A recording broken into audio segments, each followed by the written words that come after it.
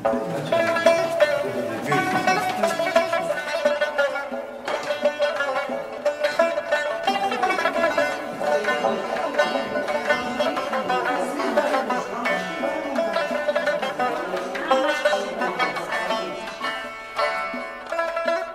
وقت بیبیوی ما همین کلونگر بودن کوزه میکردن و نهی طرز دستی هم قیم بود.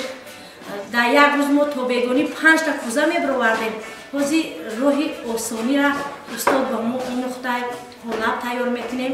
در یک روز ما 20 تا کوزه، قلمدون، هر چیزی که خواهیم هوای قالب تیار میکنیم و رسم کشیده و همینه ما قالب تیار میکنیم. ای همین ما هنرهامون میبروریم، پیشکش مردم میکنیم.